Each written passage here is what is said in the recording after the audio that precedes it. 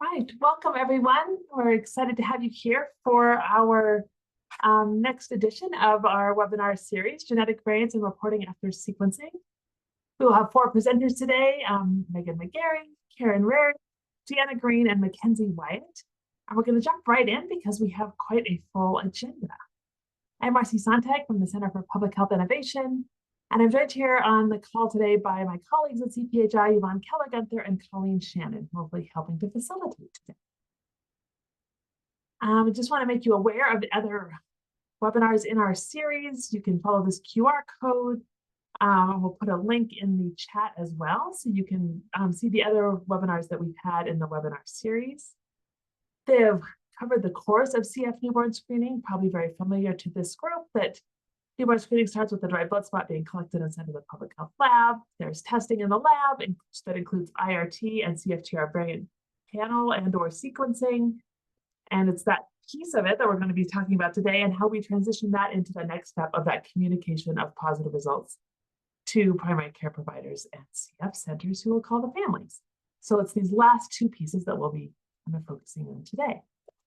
Hopefully you've all had a chance to see the CF newborn screening guidelines that were published a couple of months ago. Both Karen and Meghan, who are presenters today, are our lead authors on this these guidelines. And I'm not going to go completely through our diagram here that highlights the different steps in the guidelines, with the specific guidelines highlighted in darker colors. But we are looking at two pieces of the guidelines that are related to our presentations today. And that's the implementing the panel that includes all CF variants and CFTR2, and then potentially implementing CFTR sequencing tier. We'll be talking about that throughout the day and how to report out those results. So without further ado, I'm excited to present our first speaker, Dr. Meghan McGarry, who will be talking about sequencing and moving towards equity and detection in newborn screening. Hi, everybody. So good to see you all today. So CF was originally thought to be equitable for everybody. It was, if you look at this original report, there is a baby who is Black, baby who is Latino, and a baby who is white, because it was really thought like, gosh, we're just going to be able to really improve equity in diagnosis. And it's really important to understand that CF occurs in infants of all races, ethnicities, and ancestries from all over the world. And so unfortunately, this did not happen. So work a few years ago that we did really looked at to see what was the rate of false negative newborn screening and what was the rate of delayed diagnosis by race and ethnicity from the CF Foundation Patient Registry. And you can see here for infants who are Black, Hispanic, or multi-race or mixed race, that compared to the overall proportion of the CF population born during that time, they have about double the proportion that have a false negative newborn screen. And you can see, look at this very high rate of delayed diagnosis of about 6 months old. And it really shockingly, it's 23% of Hispanic babies had a very delayed diagnosis. And so we know from this that there's a lot of work to be done. And part of this is, even though race and ethnicity is very much a social construct, ancestry, more from where your family is from, really relates to what CFTR variants you may have. And the distribution of CFTR variants really varies by race and ethnicity.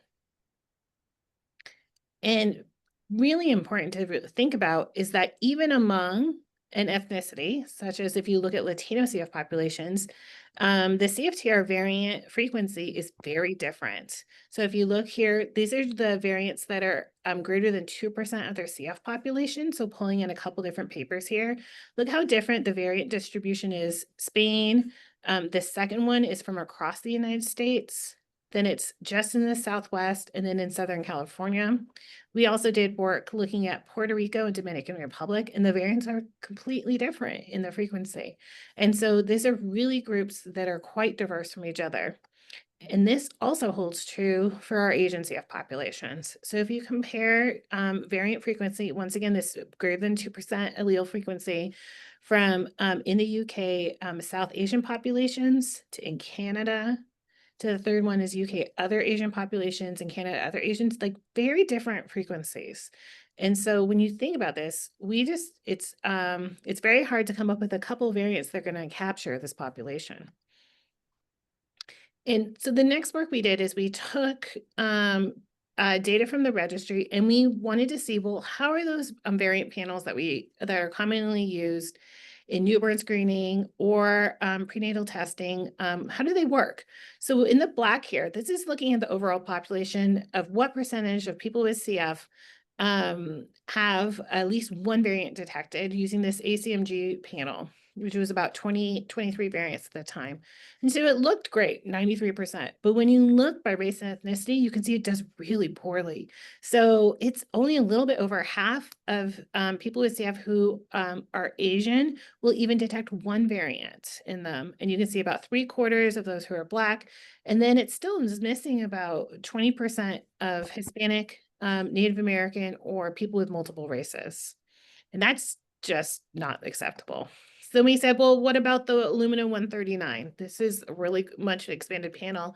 And you can see you don't get very much improvement. So you're still missing over 1/4 of people who are Asian, and then about 20% of people who are Black. So and that's only one. And really our goal is to detect 2 variants. And then finally, we use the CFTR2 panel. Now, this is not the updated one, where that work is in progress. But this was the last one. And so you don't get an overall big improvement. So you're still about only a 95% detection overall. But you can see that in what we say is this light blue is Native American, yellow is Hispanic, or the second yellow is Hispanic, sorry, in these colors. And then the light green is mixed race. You get a much better detection rate. But you don't get a big improvement in our Asian populations and our Black population. And this is what's really concerning to us, that if you are using these expanded panels and you're still not even able to detect one variant in a lot of these, this is not a great tool to be using your newborn screening. And so from our guidelines, one of the important things to know about is that we decided, as with in ACMG and then also the European CF group, is that all programs should aim to reach about a 95% detection rate of infants with CF across all ancestral groups. And so you can see these panels are not going to get us there. And to really relate it back, it's really important to understand why this is important. So this is a quote from one of the moms on our newborn screening guideline. Both my carrier screen and Roland's newborn screen only tested for the more common mutations, and neither of his mutations were on either mutation panel. So they were missed. And this is unfortunate, and we would hope that they would be able to be detected. But really, this is where our recommendation came from, is that we recommend that the inclusion of CFTR sequencing tier following IRT and a CFTR variant panel to improve the specificity and the positive predictive value of CF newborn screening. And this is really to go into it a little bit more about some of the evidence. You can see here on the bottom left are the papers that supported this. But infants with one pathogenic variant identified need sequencing of all their exons, flanking introns, and then other variants. And that we know that CFTR variant's not going to detect everything. There's still some structural variants and deep intronic variants that are going to be missed. But nope, it skipped it. Hold on. It froze over a little bit. But this results in more equitable, specific, and timely diagnosis in newborn screening. Man, we're going to throw in the drama here. So, and then really one of the things that really moved us towards that you really need sequencing is that for a lot of families, there are a lot of societal barriers to being diagnosed with CF after a false negative newborn screen. So here are a couple quotes. So this first quote is a mom who already had a child with CF, who then had another baby who was born that she was concerned. So the baby, their pediatrician printed it off and said, the baby has passed the screening and we should be very happy. And the mom was crying because the symptoms were exactly like her brother's. So they went to the OBGYN, and she too stated that the newborn screen results are accurate and to believe what we are told. She fell off her chair laughing at them when they brought up their concerns. They finally convinced the pediatrician to order a sweat test, and he was reluctant to send it, and then their child was diagnosed with CF. Another quote from one of the other families that we know. We have to be on the brink of death before being diagnosed because of the persistent stereotype of it being a Caucasian disease. And one last quote, my baby and family suffered tremendously during those 4 months. So we just know that it is more, we wish that newborn screening could only detect a certain amount and that all the medical community would be able to diagnose appropriately, but that is not the case. And so we really do need to do a lot of work to improve our newborn screening. And because as it states right now, so where a child is born really determines the likelihood that they're diagnosed early and then have the best outcomes. And we want this to be that across the United States, that babies will have an equal chance of being diagnosed and really thriving throughout their lives. From that, I'm going to pass it on to Karen. Thanks, Megan, for setting things up so nicely for me. I'm Karen Raraigh. I'm at Johns Hopkins, and I'm going to talk to you today mostly about the CFTR2 project and everybody's favorite variant interpretation, variants of varying clinical consequences. So Megan set us up really nicely for an argument of why we need to think about doing sequencing as part of newborn screening. And that's really great because obviously the point of sequencing would be to detect more CF-causing variants. But what we're going to get into for the next 6 or so slides is that when you do sequencing, you detect more than just CF-causing variants. Let's see if that worked. Okay. I'm going to be pretty brief on this slide. I run the CFTR2 project, which stands for the Clinical and Functional Translation of CFTR. And essentially, this is just a global initiative that collects data from individuals with CF from across the world, looks at the variants that they carry, and then determines whether those variants cause CF or not. So this is our process. The first thing we do is populate our data set, and that's clinical data that we get from CF registries. Right now we have data for 123,000 people from 55 countries. Then we look at the genotypes reported in those CF registries and just put the variants in order of frequency. We start at the top with Delta F508, which is very frequent, obviously, and we work our way down. And then every variant in that priority order gets analyzed using this sort of 3-lens approach of a clinical evaluation of people with that variant, a functional evaluation of the variant, and then population or penetrance kind of frequency evaluation. I'm not going to go into those today, but I'm happy to answer questions about our process if anybody has them. After the variants undergo that 3-lens analysis, hopefully our team is able to interpret them and put those interpretations online. And you can see here that we have over 1,000 variants that we've deemed CF causing, 55 that lead to varying clinical consequences, and 27 that are non-CF causing. So we're going to delve into those interpretations a little bit more. What we mean when we say this is that for CF causing variants, people with 2 of those, so one on one copy of CFTR and one on the other, we expect those people to all have CF. So a CF causing variant is generally expected to lead to CF when there's also another CF causing variant present. Obviously, severity of disease can be variable amongst people. A non-CF causing variant is not expected to result in CF, even when there's a CF causing variant in the other CFTR gene. We know some people with non-CF causing variants may have CFTR related disorders, but we don't expect them to have CF. And then in the middle, we have this catch-all category of variant of varying clinical consequences, or VVCC. These are variants that cause CF in some people, but not others. And the not others can be people with CFTR-related disorders, CRMS or CF-SPID, no symptoms. Those people with VVCCs who do have CF tend to have later onset pancreatic sufficient milder disease. That's not a hard and fast rule, but a tendency. And of course, we put all of our data with these interpretations and what they mean online at the CFTR2 website. Now, we're going to get into VVCCs because they are complicated, unfortunately. So VVCCs have reduced penetrance and variable expressivity. When we talk about penetrance, this is a fancy genetics term. This is a variant that always causes disease. So when you have something that has complete penetrance, it means every person with that genetic change, or in the case of CF, 2 genetic changes, will have disease. Reduced or incomplete penetrance is when, of all the people with that genetic change, not all of them have disease. Then we have another term called expressivity, and that's what the disease looks like in a group of people. And variable expressivity means the disease looks different in different people. Some people might have symptoms in one body system and not another, etc. And down here in the bottom right is where the VVCCs fall. So these are variants that have both reduced penetrance, meaning they don't always cause disease, and variable expressivity, which means that disease could look different in different people. Now, you already probably know that VVCCs are complicated for newborn screening programs, and I just told you part of the reason why, because they don't always cause disease, but here's some more reasons that they're complicated. Many of these are part of complex alleles, which means they are often found in the same copy of CFTR as other variants, and sometimes those other variants can adjust or impact a phenotype that we might see, so that's problematic. Most VVCCs have function greater than 10% of normal CFTR, which means they're above the level that we see for CF-causing variants, and that's why they don't always cause CF.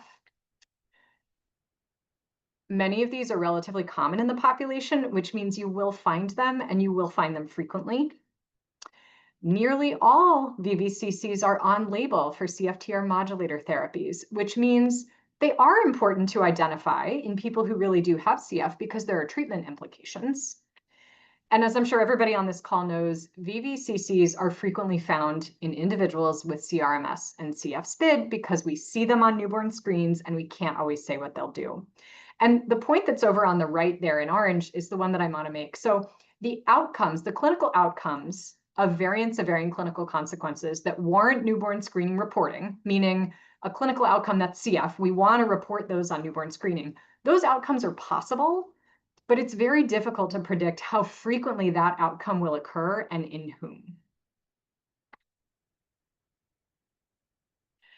I want to visit back this variant interpretation terminology because another complication of VVCCs is they are rarely reported as such by newborn screening labs. So we at CFTR2 kind of made up these terms here. We call things CF causing, non-CF causing, or somewhere in the middle. But the laboratories that do genetic testing are likely to use different terminology. And so typically they're going to use terms that are recommended by ACMG. So ClinVar, other laboratory reports are going to use these terms. So most CF causing variants are going to be called pathogenic or likely pathogenic. That's pretty straightforward. Non-CF causing variants are typically called benign or likely benign, also straightforward. The problem is there is no ACMG term that is equivalent to varying clinical consequences. So these will often be reported out by laboratories as pathogenic or likely pathogenic, benign or likely benign, though that's less common. But something to pay attention to in your laboratory report is if it calls something pathogenic or likely pathogenic, what's it pathogenic for? Is it pathogenic for cystic fibrosis, or is it pathogenic for isolated male infertility or pancreatitis? So you do want to pay attention to those terms. But the other way that variants of varying clinical consequences may be reported by a lab is as a variant of uncertain significance, or VUS. Now, this is actually a CFTR2 category that we used to have. We don't anymore. We may have to bring it back in the future. We'll see. But variants of uncertain significance, what that means is we actually don't know what the outcome could be. It could be pancreatic insufficient, severe CF, could be sufficient CF, could be CFTR-related disorder, could be no disease. Typically, a VUS is reported as such because there's just not enough data to inform the interpretation. Whereas the possible outcomes for each variant of varying clinical consequences are frequently known but hard to predict, the possible outcomes associated with an individual VUS is usually not known. So these are challenging, but in a slightly different way. And I'll finish here. I mean, I probably don't have to tell anybody on this call that newborn screening programs struggle with how to think about reporting VVCCs and VUS. So some things are obvious when you're doing a sequencing test, right? We obviously should be reporting CF causing variants. We should not be reporting things that don't cause CF. But when we think about VVCCs and VUS, it's a little more complicated. If all of those variants are reported, babies who will never develop disease risk being over-medicalized. Their parents might be anxious when they have to come in as CRMS. The resources of your clinic may be taxed because you're seeing a lot of these referrals. Because if you're reporting all of these variants, your number of referrals and the proportion of babies with CRMS are going to be higher.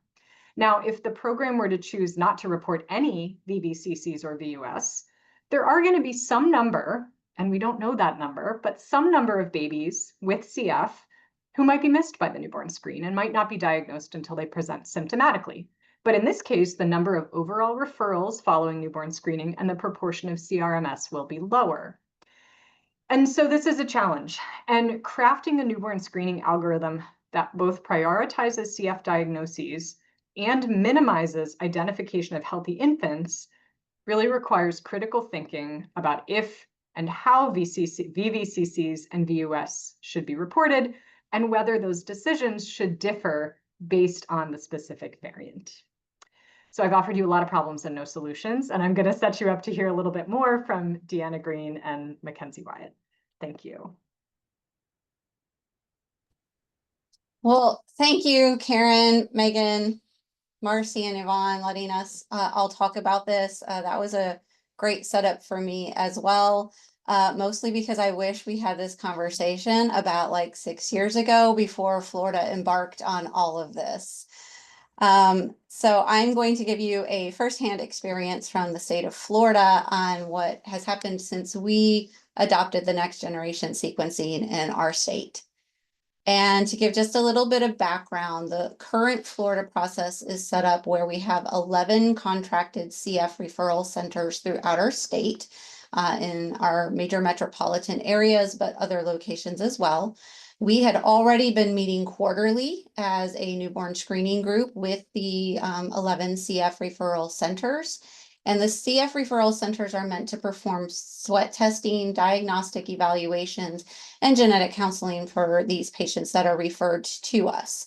We then submit our case reports back with diagnostic information back to the state newborn screening lab so that we kind of close the loop on what we think is going on with the patients.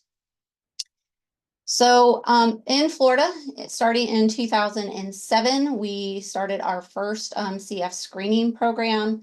We used a program called Hologic, and then we expanded it to the Luminex 60 variant in February of 2016.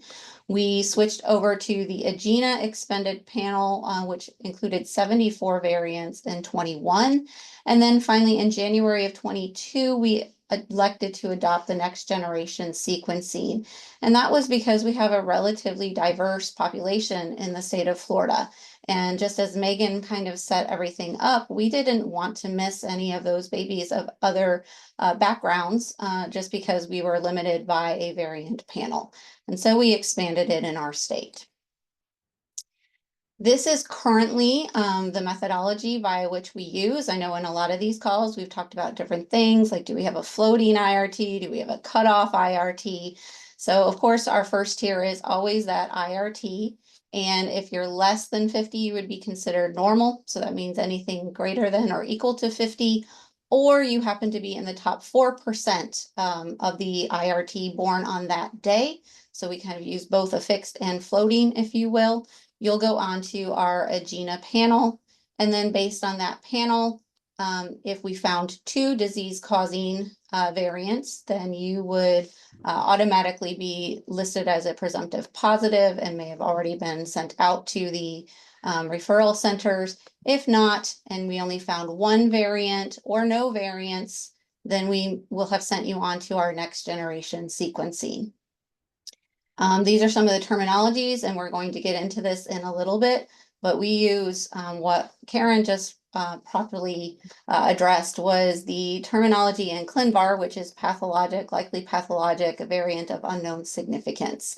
So we don't use that easy terminology of disease causing or not disease causing. So in Florida, we elected to report all exonic variants labeled pathogenic or disease causing, likely pathogenic, a variant of uncertain significance. In other cases, if you use CFTR2, it would be a variant of varying clinical consequence that were listed in any of the 3 major databases. So that would be CFTR2.org, ClinVar, and Genomad. We also are able to find a few large deletions, which are part of the Agena panel, as well as by doing this, we are able to look at the polythymidine track and then also give you those TG repeats. All of this is reportable because we report all of it.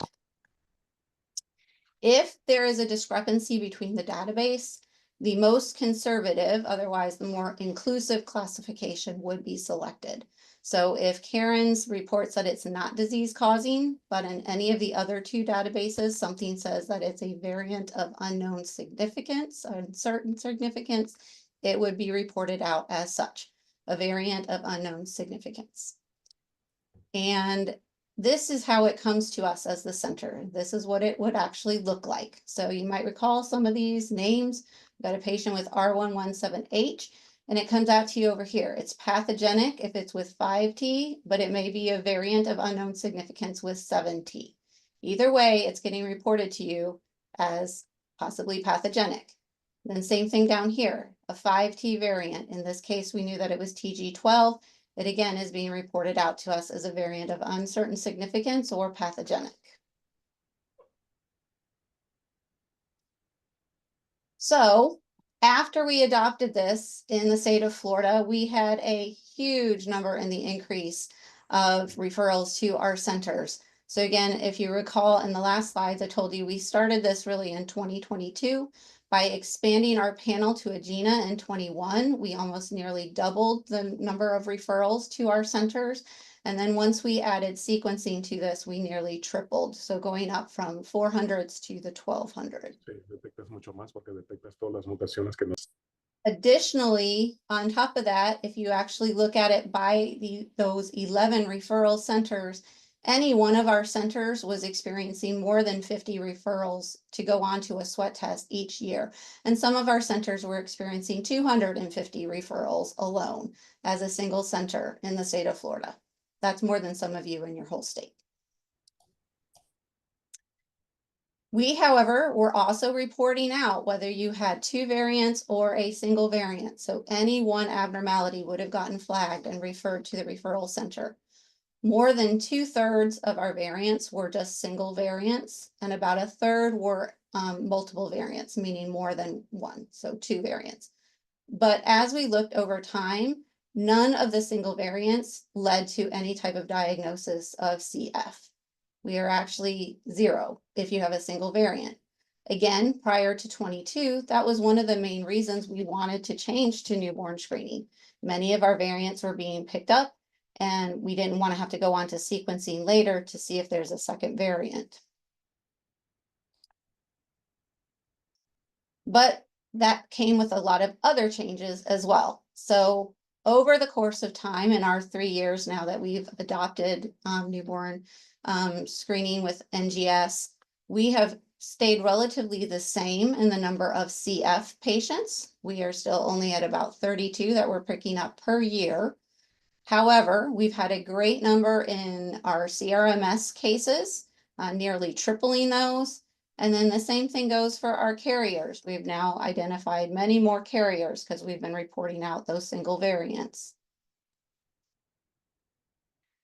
But as Karen just rightfully said, as you're going into sequencing, more comprehensive genetics is going to lead to much more complex individuals. And so this is a screenshot of just our 3 years of having increased CRMS patients. And we can vary anywhere from a single variant to up to 6 variants that were found on this sequencing panel. And then going on to have a diagnosis from the center of being called CRMS. But if you also look down here, I gave you a little bit of information regarding their sweat tests. And in general, the vast majority of patients were not abnormal on their sweat tests. They actually had normal sweat tests. So again, that tells me a lot of unusual variants are being picked up, normal sweat tests. What are we doing with these individuals? And so getting to that kind of bottom lines, again, 51 individuals in these 3 years had an intermediate sweat chloride test. 40% of those 51 were actually a single variant. They may actually not have CRMS. They may actually just be a carrier. The predominant determination in our state seems to be for a designation of CRMS. The indecisiveness and the inclusion of the VUSs or variants of varying clinical consequence within our sequencing. Furthermore, we decided which database you're using. If one is calling a patient non-disease causing and the other is reporting it as a VUS, how are you going to discuss that with those families? Which one of these labels are you going to give that patient? So getting into that a little bit more closely, in our data for the 10 most common variants we found in these 3 years. Number one, of course, F508 del. Everybody sees that. And in CFTR2, that's listed as a CF causing variant, and in ClinVar, it's pathogenic. Same thing with 3120 plus 1 G to A. That's pretty easy. Okay, I can make that make sense. CF causing equals pathogenic, no problem. However, then our next most common variants happen to be all these lovely 5Ts, whether they're TG12, TG13, or otherwise. In CFTR2, those are VVCCs. In ClinVar, they're listed as pathogenic, likely pathogenic. Again, how do you want to describe that? How do you want to discuss that to those patients and families? Are you going to use that awful term of pathogenic? Or are you going to call it a variant of varying clinical consequence? Great. R117H, another pretty common one, same kind of concept. In ClinVar, there's not even a hazy aspect of this. It's just pathogenic, not whether it's likely, it's pathogenic. How about F508C? In CFTR2, it's non-CF causing. ClinVar listed as pathogenic. Complete discrepancy, like how does that even make any sense? Let's keep going. R1162L and R75Q, CFTR2, non-CF causing. ClinVar, uncertain significance, likely benign or benign. And this is another big point, Karen brought it up as well, is that these uncertain significance, likely benign or benign, it's really important. Is that being listed under CF? Is it CF metabolic disorder? Or is it just related to CBAVD, for instance? In the state of Florida, we decided if it's listed at all under any type of terminology as uncertain significance, we would add it. So finally, how about these last two, T966T or I507V? They're not even in CFTR2. And in ClinVar, one of them's not in there either, unless you kind of alter it a little bit. And then it's listed as uncertain significance. The other one, uncertain significance, likely benign or benign. What do you do when it's not in one of the major databases even? So we decided this was way too much to our centers. This was doubling to tripling the number of referrals to all of our centers. It was a lot of workload. So finally in September of 23, about 1.5 years into this, we developed another algorithm working group from all of the different contracted referral centers to review this data and address how we can handle this increase in volume. In 24, we actually proposed to only refer infants that have 2 variants in any type of combination, but must have 2, and therefore no longer referring infants with a single variant. And we adopted this process in our state as of January 6 and 25. So with this, we're kind of mimicking our same variant result method that gets sent out for sickle cell. A lot of people like to refer to that as sickle cell trait, but it's the same kind of concept of being a carrier. Notification letters are mailed to the parent and the primary care provider on the record if they have only 1 variant. We include some educational materials with these letters, and our newborn screening follow-up nurses from the state do review each letter, the results, and mail them out for us. We're currently evaluating our first 6 months of this process change, and we're happy to report that as of this time, we actually only have 555 abnormals. So we're still on track with what we would have seen in the past, right around 1,200. But of these, only 422 had letters mailed out for their single variant. That was 1 letter to the parents and 1 letter to the PCP. We are treating still all of the variants the same, whether it's a VUS, a VVCC, or pathogenic. If there is one, the families will receive these letters. But it also only led to 166 referrals now coming to our CF centers that have 2 or more variants. So this is a huge change for us, going from 1,200 to 160. We also have some quality assurances in place. It looks like we're doing the right stuff back and forth. So this is kind of just in graphic form for you. You can see the total difference. This is the referrals per center within our state drastically dropping. We're only halfway through the year though, so we'll probably be right on track or so where we used to be when we started this whole process, and somewhere in the middle of where we were before the sequencing occurred. So we request that you learn from us. We are happy to give this information. Don't go down all these processes, but if you're gonna pursue NGS, this is a really important seminar to listen to. You really do need to make some good decisions about how you want to report your VUSs or VVCCs and acknowledge the fact that the terminology is different in different databases. You're going to have to decide what database you want to use, which one you think is actually the most important, and how you want to talk about these things. How do you handle those abnormals?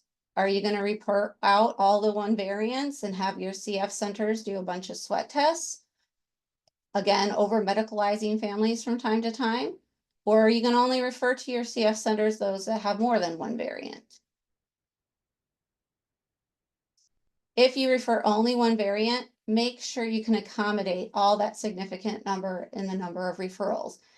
And that might actually need some infrastructure changes for you. If you're going to refer this number of infants to your CF centers, do they have the sweat testing lab personnel? Do they have genetic counselors to explain this complex genetic information? Who's going to talk about complex alleles? You've got 3 or 4 different variants, and which one's most important? So you're going to really have to lean on expertise from both your genetic counselors, geneticists, and all of these CF clinicians working in collaborations. A lot of genetic counselors, I find, don't really know how to educate about a variant of uncertain significance, and they definitely don't use the term VVCC as Karen put out. They don't know CF disease. So again, they haven't necessarily even heard of CFTR2. We have such a unique opportunity here because we have that rich database. But the CF clinician's knowledge becomes really important too, because they can tell when those symptoms might change over time. That all being said, genetic counselors tend to ease parental anxiety a lot more than us CF clinicians who keep talking about symptoms to watch out for. And then finally, we need to start using standard language, especially with those PCPs, so they can understand when we're sending them out education. They want to know the difference in pathogenic versus not disease causing. Like if we're using different language, it gets really super confusing. So I think with that, those are my key points, and I'm going to be passing it on to Mackenzie, who can further help us understand how this impacts CRMS. And I know there was a ton in that chat, so I'm going to look at it in a second. And we'll address all the questions at the end too. So thank you, Mackenzie, or thank you so much, Deanna. Go ahead, Mackenzie. Yeah, thank you guys so much. Everyone has set me up really well to talk about our interest, which was really how these different variant panels will impact the detection of CRMS. And so I am a 3rd-year fellow at Seattle Children's Hospital. My work is funded by the Cystic Fibrosis Foundation and by the Rosenfeld Funds. So we were really interested in this term CRMS. And so CRMS matters because these are children that are have a positive newborn screen, but don't quite meet the criteria of cystic fibrosis. And so why this matters is that some of these kids will develop clinical features of cystic fibrosis, about 10 to 20% is estimated, but the majority of those children will also be healthy and will never develop symptoms or features of it. And so we were really interested in looking at how the CFTR2 database would impact prior CRMS cases. So using the work that Karen and her team has done. And so we reviewed all of the literature for any cases that were reported of CRMS cases that had the 2 genes that children had and the individual genotype. And so we were able to identify 516 children who had CRMS, and 136 of those children converted to CF. So a little over 27%. And then 15 converted to CF related disorders. And so we basically simulated a newborn screen that used the CFTR2 database. And so we did this in 2 ways. So just calling out the CF causing variants, as Karen and Deanna had both mentioned before. And then the second way, we did CF causing and the variants of varying clinical consequences, so the VVCCs. So this is a really important simulation for anyone that is moving to that next gen sequencing. So to orient you to this slide, this is a panel that used 2 CF causing variants we would call as a positive newborn screen. And that is using the CFTR2 database.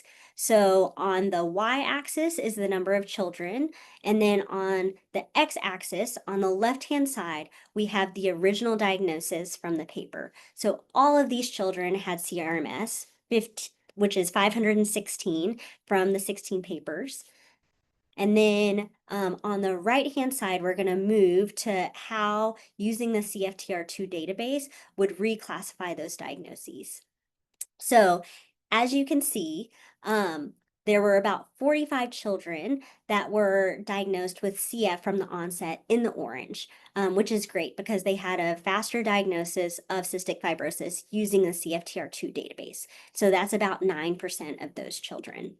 The majority of the children would have a negative test for newborn screening, and so they would be undetected. And so that was about 91% of those children out of the 516 children with CRMS that would have a negative test.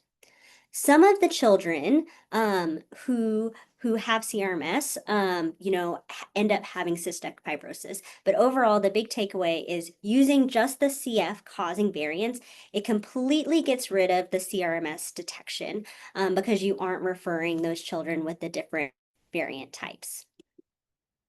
Some of the children out of the group with CRMS ended up converting to CF.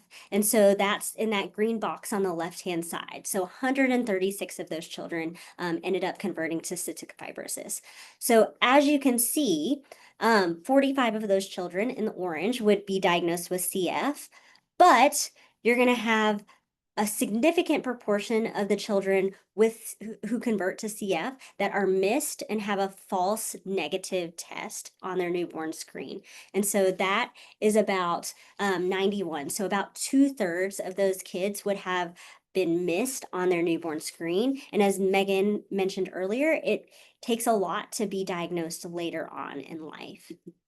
So using just the CF causing variants eliminates CRMS, but you're going to sacrifice diagnosing some of those CF cases that convert later on. So now we're going to move to using the different simulated newborn screen where we're calling out CF causing variants and the VVCCs. So basically we're saying that we would send sweat tests for kids with 2 variants detected by that database. So on the left-hand side, again, is all of our children with CRMS, so 516. So as in the other panel, seen in the orange, 45 children, so about 99% would be diagnosed with CF from the onset with 2 CF causing variants. But you're going to retain the diagnosis of CRMS for about half of the children. So that's in that blue, those blue lines that you're going to have kids who end up being diagnosed with CRMS. Then in the purple, you're going to have about 40% who have a negative newborn screen. So it still reduces your CRMS detection by more than half. So using CF causing variants and the VVCs, it increases your CF detection, but it reduces your CRMS detection overall. And so as you remember, there were about 136 kids that were diagnosed with CF later from CRMS. And so out of those, you're going to have about 45, 1/3, that are diagnosed with CF from the onset. And then in the blue, you'll have about half that are labeled as CRMS, who your centers would be able to follow and be able to detect that they convert to CF. But in the light purple, you can see that it's much smaller than the previous slide. So you're going to miss much less diagnoses. So it still misses about 19, but you're still increasing your CF detection, you're reducing your CRMS detection, and you're missing just a small number of CF. And so now we're going to move to questions and discussions. Excellent. Thank you so much to all of our speakers. This was just a fabulous overview of why we need to do sequencing and larger panels to help us reach equity, what all of these various variants mean, the variants of varying clinical consequence, the VUSs, and how that compares to others, the Florida experience, which has been quite the experience, and really we can learn so much from that on pulling out one variant versus two, including the VVCCs and VUSs. How do we do that?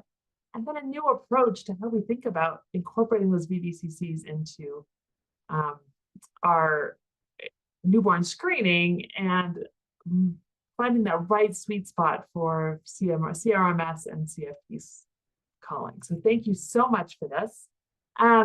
We have about 15 minutes now for questions. So this is fantastic. Thank you for our speakers for being so efficient in getting your information shared. Yvonne, I know you pulled out some of the questions. There were several for Dr. Greene. You are also welcome to come off of mute or raise your hand if you'd like to ask your question verbally as well. I think all of them were answered except for potentially one, which was the first one that Joe put forth. And Kristen, you may have answered it, and I might have missed it. But Joe asked, what is the reason for not doing sequencing for samples that is a GNN negative but has an IRT of greater than 120 but less than 160 that collects greater than 24 hours, a sample collected greater than 24 hours that has an IRT of greater than 120 might be a CF case. Do you worry that you might miss those cases? That's the only one that I didn't see an answer for, but maybe Kristen did that and I missed it. It's the very first question in the chat. Yeah, I'm trying to get to the slide so others can see what Okay. asking about and requesting. Kristen certainly is here, and I appreciate Kristen and Emily answering those questions in the chat. So we have And Jane, yeah, you had a lot of support. We do. So go ahead, Kristen. If you have a better explanation, honestly, and Emily and I have been chatting amongst ourselves, trying to determine the best answer for that, and we don't have one, and we don't have the data that for the how many the incidence of having infants in that gap that have no variants. It's not something we typically run across. Well, but I will also say that our laboratory will send things over to NextGen with their discretion.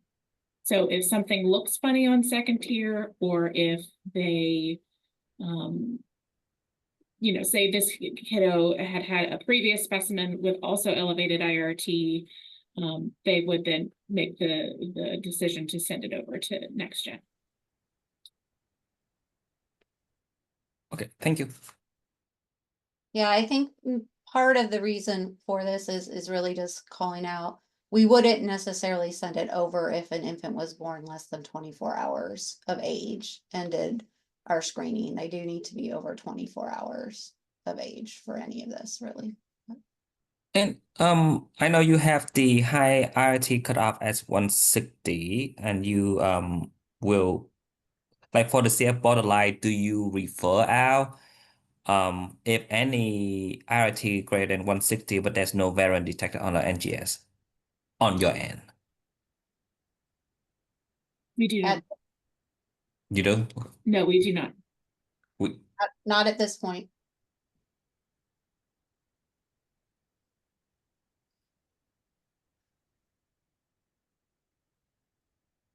And you haven't had any comeback that is true, any CF cases come back after, if you don't call out, or you just don't follow up on any of those? To date, we have not had any. Okay, thanks.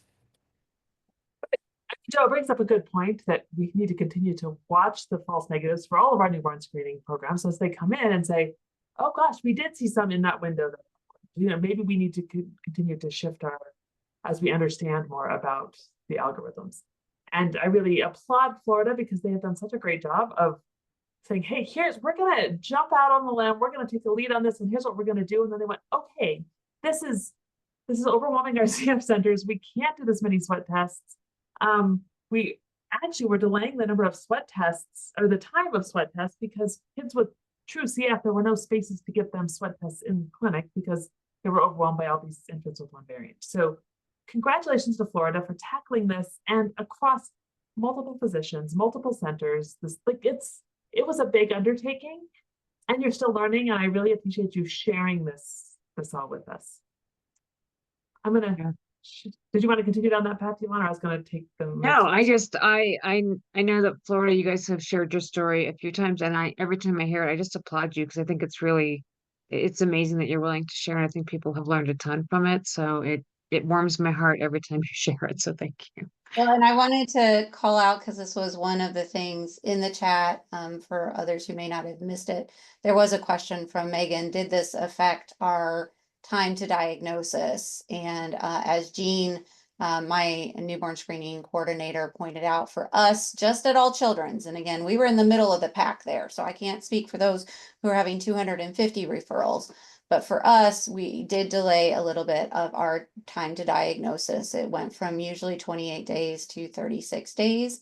So I can only imagine centers that had about twice the number of referrals that we did, that it may have delayed that, because yeah, you really do wash this out. And this was, of course, also right on the heels of the pandemic. So a lot of our lab personnel was really strapped. Some of our centers are going through switching from RTs now to phlebotomists performing their sweat tests. And there's lots of different changes, and keeping up that proficiency when you have this many babies coming through has been a significant challenge for us in Florida. Yeah, and it'll be great to see the results now that you've had this new algorithm, the new way of reporting out, and only reporting out those with 2 variants, how that changes. So once you've had that data and another 6 months under your belt, it'll be great to see if that age at first event comes back down. And we have a question for Karen. And Karen, this gets at a lot of the research that you're doing as well. What is your ideal way for newborn screening programs to report out VVCCs or VUSs? This is from a state that is looking to onboard NGS in the next 2 years. Curious what your thoughts would be. Reporting it as a VUS might not be the best way to do it. So what's the recommendation?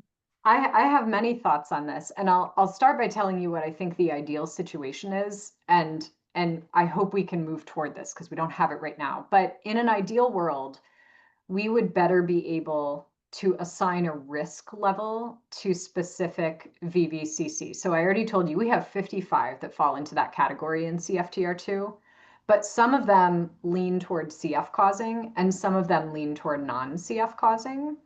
And in a perfect world, I would say newborn screening programs should report the VVCCs that are likely to cause CF at some point, or more likely, and should not report the ones that aren't. But we don't have that luxury right now. I'm hoping maybe in a few years we will. But we don't have that luxury right now. And so the other way that I'll answer this is I think Mackenzie's data really nicely demonstrated that if you choose not to report any, and I'm going to focus on VVCCs and not VUS because that's what her data showed. If you don't report any of those, you are going to miss a number of babies with CF who will eventually develop CF. But I think the key is that if you are going to report VVCCs, which I think is reasonable to do, only do it if you're reporting 2 variants, right? That's the group you want. That you'll still get some number of CRMS in that group, but it won't be nearly as much as if you're reporting single variants. So I think the decision is not just about VVCCs, but also the number of variants that your newborn screening program is going to call out if you're doing sequencing. The other thing I'll just say is about the terminology. So, in a perfect world, I would say I understand that the laboratories doing this testing are sort of obligated to use the terminology put forth by ACMG. There's a whole paper on that. So pathogenic, likely pathogenic, and there is no equivalent for VVCC. So I would really like, though, if they could acknowledge in the report that CFTR2 may be calling them VVCCs, because then that at least directs a clinician that, hey, somebody has data on this. And so you can go look at it. Whereas if those are called out just as VUS, for example, it kind of says, I mean, the implication, I think, of reading that is, oh, we don't know anything about this. And that may not actually be true. We may not know the specific outcome for your patient, but for VVCCs, we actually have a decent amount of data. We just know that it spans a wide spectrum. I could talk for another hour on that. I'm going to give that as my most concise answer I can for right now. We need to have a whole webinar just about this. So Yeah. There's so much that we know and so much that we don't yet know about the VVCCs, right? That we know that, as Karen so nicely described for us, which the spectrum, but it would be so great if we could sort out that spectrum and change that a little bit. So we have. I just want to add one more very brief comment on that. In CFTR2, it's very hard for us to call something non-CF causing because we want to err on the side of caution, because we know that people use our data set not only to figure out what's going on with patients in front of them, but we know people make prenatal decisions based on our data set. So I do just want to remind you that VVCC category, that part of the reason it is so broad is that it's really hard for us to get enough data to say that we feel confident in saying this is not going to cause CF. And so there are definitely VCCs on the spectrum that are very close to non-CF causing. And if we could just push them over the edge, we would. So I just want to make that clear that that's part of the reason we don't have that many non-CF causing variants. It's very hard for us to make that call. I don't really want to get too into the weeds with this to overstep Karen, but this is the exact conversations, again, we've had in Florida and why our lab managers really feel strongly that we need to be looking at all of the different databases. Since we don't know yet in CFTR2 which direction it might go, we are erring on the side of maybe Clinvar's right, that it's a variant of uncertain significance. So we have this conversation frequently. And I think that's the key thing, is to continue to have the conversation and make sure you have the right people at the table to have that conversation. So you have a lot of experts in Florida who are helping to engage in that conversation, and people who have experts in genetics to help you understand, because there's a lot of information out there and a lot we're still learning. So Melody, I'm going to call you in just a second, but I just want to, there was a question about the turnaround time in the lab, and Emily responded with the lab turnaround time increased by a week with the addition of sequencing. And they do send out a preliminary report, say tests pending for CF results, waiting next-gen sequencing. And I think that last piece is really important, to say tests pending. So you're not saying there's an IRT that's abnormal and we think there might be something wrong, and something that scares both the parents and the clinicians. Say test pending and send that forth for additional testing. So thank you so much for answering that for us, Emily. And Melody, you had a question. Yeah, it was more just a kind of maybe a thought question about, this terminology of VVCC really only exists in the world of CF. It's not commonly used anywhere else. So I was kind of wondering, A, where did that decision come from to make up this new terminology? How long ago was that? And B, why is there this resistance from general genetics to using that terminology when it really does seem to be so much more descriptive than just a generic term of VUS? So these are excellent questions. So from a timeline perspective, we launched CFTR2. The website went live in 2012. The paper that came out describing the terminology that laboratories should use, pathogenic, likely pathogenic, et cetera, came out in 2015. So there was terminology before that. Those terms were thrown around, but there were no standardized terms for laboratories to use that were sort of recommended by these big genetics organizations at the time that CFTR2 launched. And so some of it was, we just decided it was the most descriptive for our data, and so we made it up and used it. We have had many, many conversations with the group that works on those ACMG terms, and they are receptive to the idea of variants of varying clinical consequences. They know that they don't have an equivalent term for that.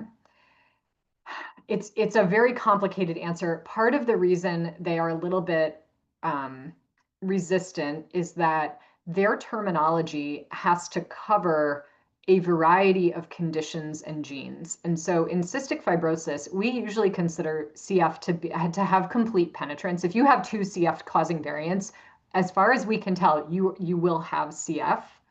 But so meaning the gene is completely penetrant for CF. That is not the case for other conditions in which you can have a change in a gene and the gene itself doesn't always cause the disease. And so they have a lot of trouble with the idea of a variant of varying clinical consequences when ACMG actually has to make terms that also apply to genes of varying clinical consequences, where changes in a gene might lead to multiple different genetic conditions. That's part of it. I will be totally honest, though. We think it's a term they should, or something like it, that they should sort of try to work on, because that term VVCC is specific to CF, but that concept exists in many, many other conditions. So yeah, and it just makes it difficult when you're having these conversations with general pediatricians or providers out in the community, when they're, they know about the ACMG terms, but they've maybe never heard this term VVCC from the world of CF if they've never taken care of a CF child with one of those. Yeah, we agree. It's really, really challenging. And we don't feel like we want to change our terminology because we like it and we think it works for us. Yeah. But unless ACMG wants to adopt some sort of term that encompasses reduced penetrance and variable expressivity, I don't know how we're going to solve that problem. I will say for a while, and I don't think this was adopted, they had talked about the idea of likely pathogenic, reduced penetrance, for example. I don't think that was widely adopted. It's a challenge. I wish I had a better answer for you. Yeah. No, I think that's a perfectly acceptable answer. It is a complex question with no real good answer. So yeah, thank you for giving a shot. Thank you so much, Melody, and thank you again to all of our presenters. There's one question in the chat that we haven't quite gotten to, and this is an entirely another webinar question, Rebecca, about the financial impact of state labs switching to sequencing. I will tell you, we do have a poster or an actual presentation at the NACFC this fall on that topic to start thinking about what those financial impact is and where other savings might be had. So if you're going to NACFC, I encourage you to do that. And we will come back to that topic for another webinar as well, because it is important. But I do want to mention here about CF Genetic Resources. This is an activity funded by the CF Foundation, where we have 2 labs, both in Wisconsin and in New York, who are working to be genetic resource centers for all of you. So if you say, boy, I'm not quite ready to sequence yet, and I would like to send my specimen someplace else to sequence, I might not ever be ready to sequence in my own state. These 2 labs are really waiting to help you to do that. They can do the sequencing for you. They can do the panel-based genotyping. They can report the VVCCs if you'd like. You can kind of pick and choose your own adventure here. Or if you say, hey, we're doing this, but we need help. We're not quite sure what to do. How do we do this? What do we call out? You can also talk to them and employ them for technical assistance to help you do this. So if you're interested, please reach out to us. There's more information on our CPHI website as well for this, where you can shoot an email. And with that, I'd like to get to our contact information. If you have additional questions for any of our speakers or those of us at CPHI, we would love to hear from you. So please jot down our emails here. I'll leave this up for a minute. Thank you all for your interest in this webinar today. And thank you again to our speakers. Those were just such informational presentations. So thank you all. Have a great weekend.